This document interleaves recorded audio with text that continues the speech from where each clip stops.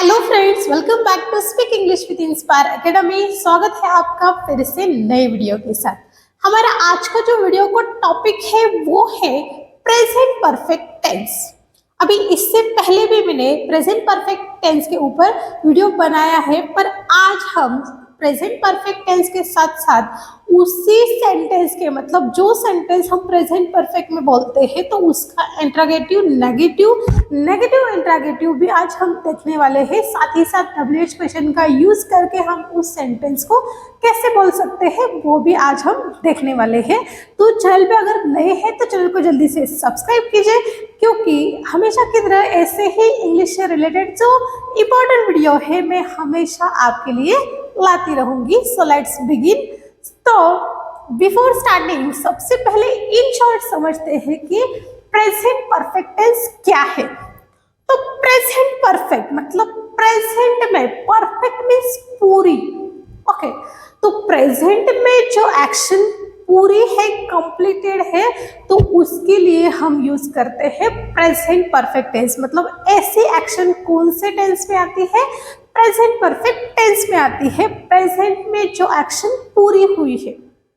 Okay, just like अभी आप जैसे बोल सकते हैं कि मैं खाना खा चुका हूँ, मैं बाहर से आ चुका हूँ, ऐसे ही मतलब मैंने अपनी पढ़ाई पूरी कर ली है। तो ऐसे ही कि जो आपने पूरे कर चुके हैं, जो भी एक्शन आपने कंप्लीट की है, उससे रिलेटेड जो सेंटेंस आते हैं वो प्रेजेंट परफेक्ट में आते हैं। तो ऐसे ही हिंदी के सेंटेंस अगर आपको प्रेजेंट परफेक्ट टेंस में कन्वर्ट करने हैं तो उसके लिए आपको ये फॉर्मूला यूज करना पड़ेगा।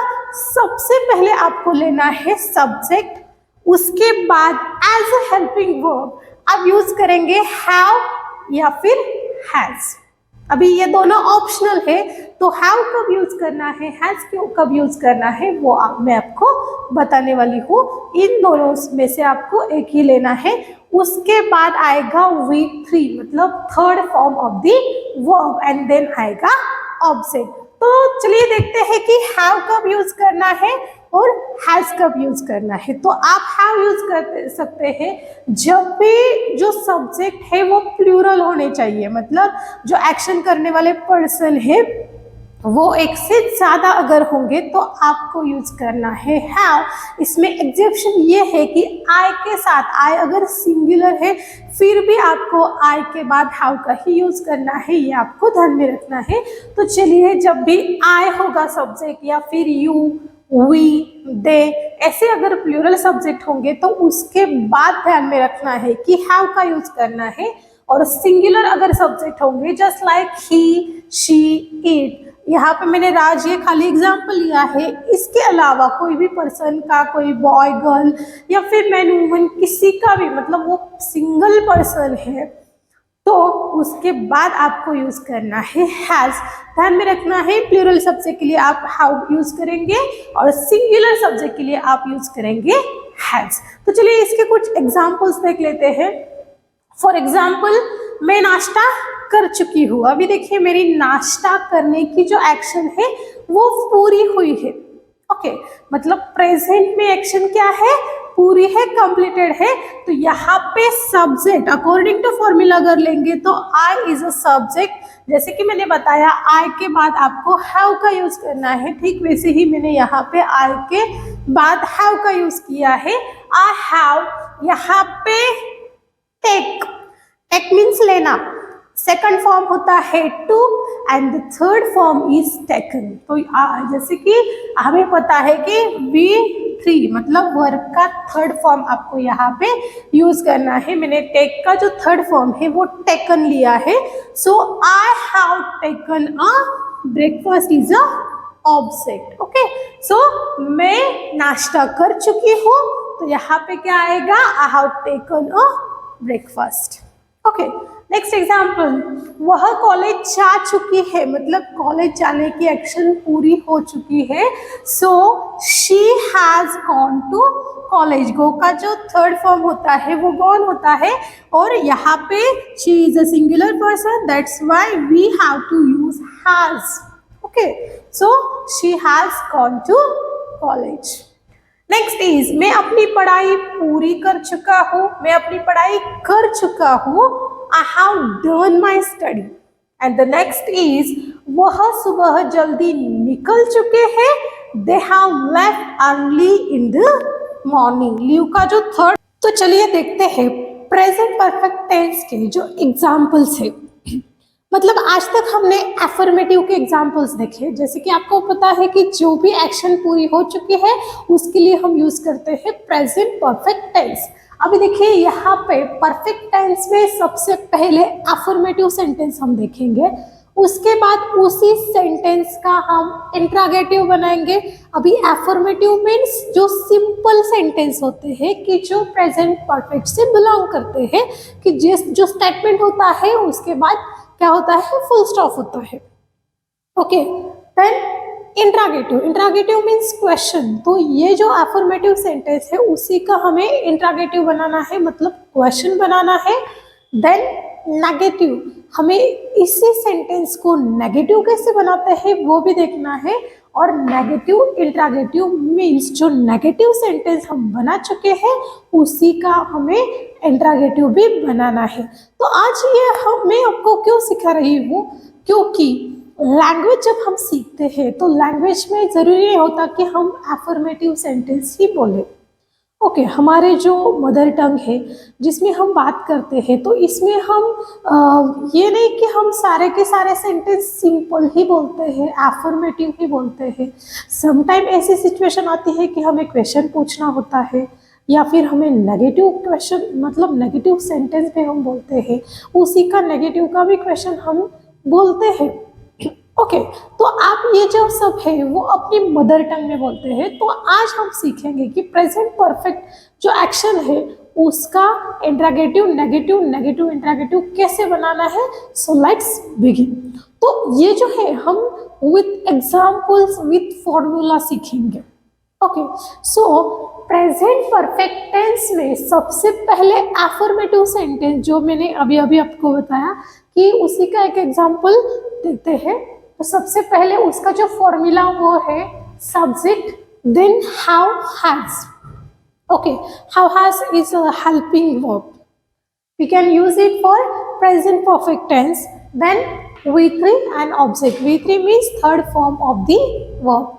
तो यहाँ पे कंपल्सरी प्रेजेंट परफेक्ट में आपको हैव हैज ये जो हेल्पिंग वर्ब है इनमें से एक लेना है जो मैंने अभी बताया, और उसके बाद वर्ब का तीसरा फॉर्म यूज करना है। फॉर एग्जाम्पल वर्ब अगर स्पीक होगा तो उसका सेकंड फॉर्म स्पोक होता है, then third form is spoken.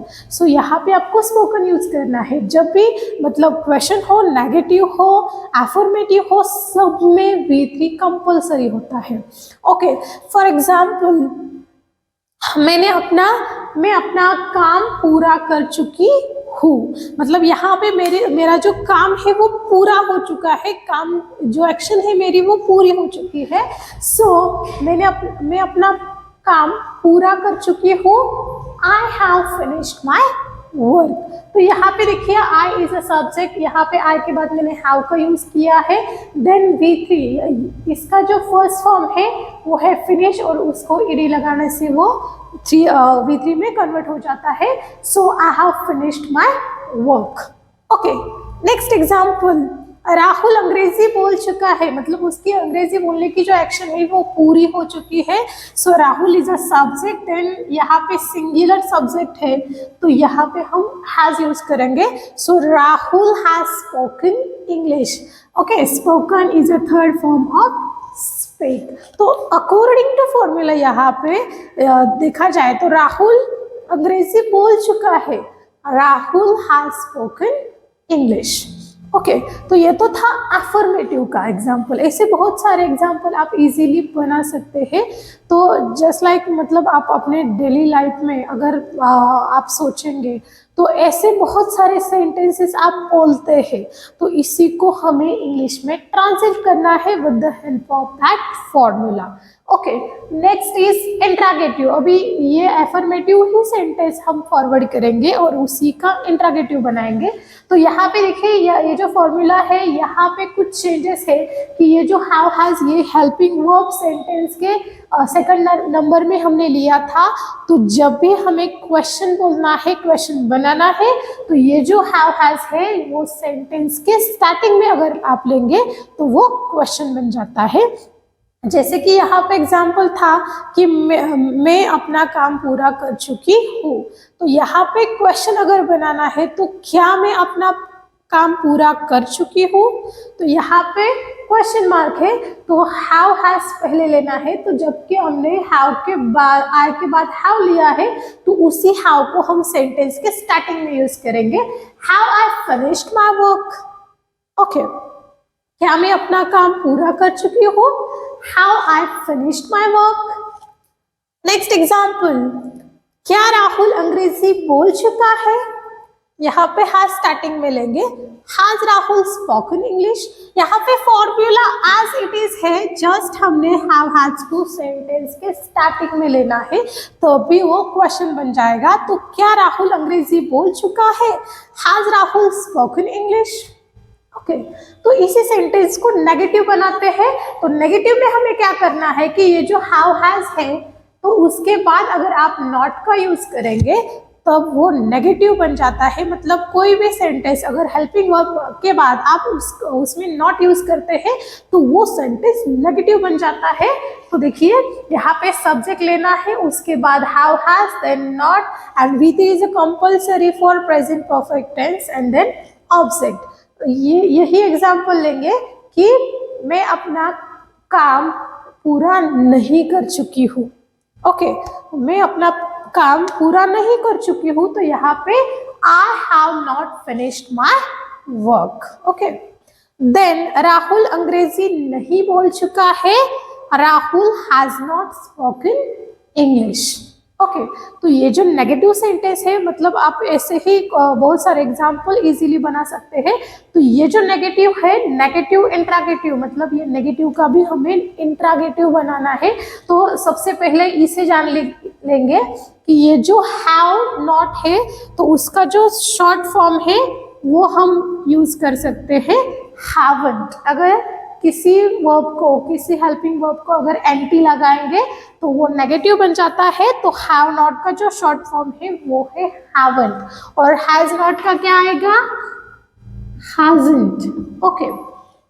तो देखिए नेगेटिव इंट्रागेटिव हम देखेंगे। नेगेटिव इंट्रागेटिव में हमें क्या करना है कि ये जो हेल्पिंग वर्ब है वो स्टार्टिंग में लेना है, उसके बाद नॉट लेना है, then subject, then V3, plus object, then question mark. So यहाँ पे मैं अपना काम पूरा नहीं कर चुकी हूँ और ये नेगेटिव है, तो उसका क्वेश्चन कैसे बनाएंगे, क्या मैं अपना काम नहीं पूरा कर चुकी हूँ, तो यहाँ पे how not I finished my work, how not I finished my work, या फिर हम हावंट भी ले सकते हैं, haven't I finished my work. Next is, क्या राहुल अंग्रेजी नहीं बोल चुका है, has not Rahul spoken English, hasn't Rahul spoken English. तो देखिए यहाँ पे मैंने दो ही एग्जाम्पल लिए हैं, ऐसे बहुत सारे सेंटेंस को आप इजीली इंग्लिश में ट्रांसलेट कर सकते हैं। तो वीडियो आपको कैसा लगा जल्दी से हमें कमेंट बॉक्स में बताइए। मिलते हैं अगले वीडियो में। Thank you for the watching.